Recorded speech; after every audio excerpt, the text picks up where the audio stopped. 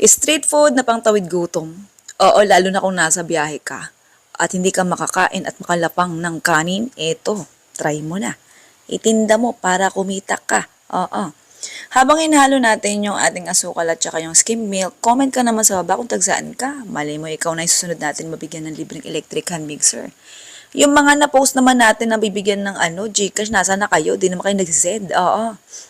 Okay, sa mixture natin, sa pinaka-main mixture natin, harina yan. Naglagay din ako dito ng instant dry yeast.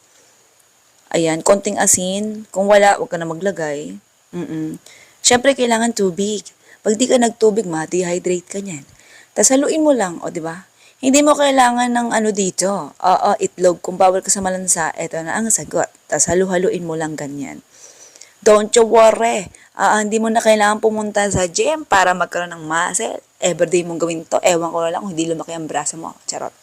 Yung nilagay ko rito ang flavor, naisip ko kasi na ilagay naman yung, ayan, makapuno. Oo, may natira kasi sa rep. So, naisip ko, yan naman ang ihalong flavor. Oo. Okay, tas, ayan, magpainit na tayo ng mantika. So, syempre, kapag mainit na, oo, pwede mo nang iprito yan. Yan, diretso lang, ganyan lang. Sobrang bilis lang lutuin ito. Kaya maganda siyang ibenta sa street food sa mga kalye, sa kanto. Kasi pag may bumili, tsaka mo lang lutuin, ayan, lapang-lapang agad. Pwede naman, lutuin mo na agad para instant, tusok-tusok na lang sila. Isabay mo to sa mga binibenta mong fishball, kikiam, o kahit ano pa dyan. Sa juice mo, sa palamig mo, ganun. Pero kung sa tingin mo, ang mahal-mahal ng makapuno, oo, bili ka ng kahit anong flavor na gusto mong ihalo dito. Kasi sa akin kasi, baka mapanis na kasi yung makapuno sa rep. So, kaya yan yung ginawa ko. Karamihan naman kasi ng recipe na sinashare ko sa inyo, ganun madalas ang dahilan.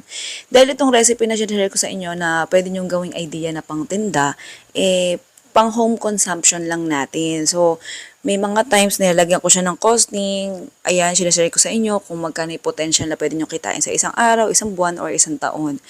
Potential lang naman yun. Oo. Maraming hindi naniniwala. Oo. Pero mag-compute na lang kayo. Estimated lang ba ganun? Oo. So, kung halimbawa, gusto mong itry ito, ayan, ikaw na lang gumawa ng costing. Hulaan mo na lang din yung charot. Ilagay ko yung listahan ng recipe. Ikaw na bala sa costing. For today's video. Sige na, goodbye, good luck. Love you.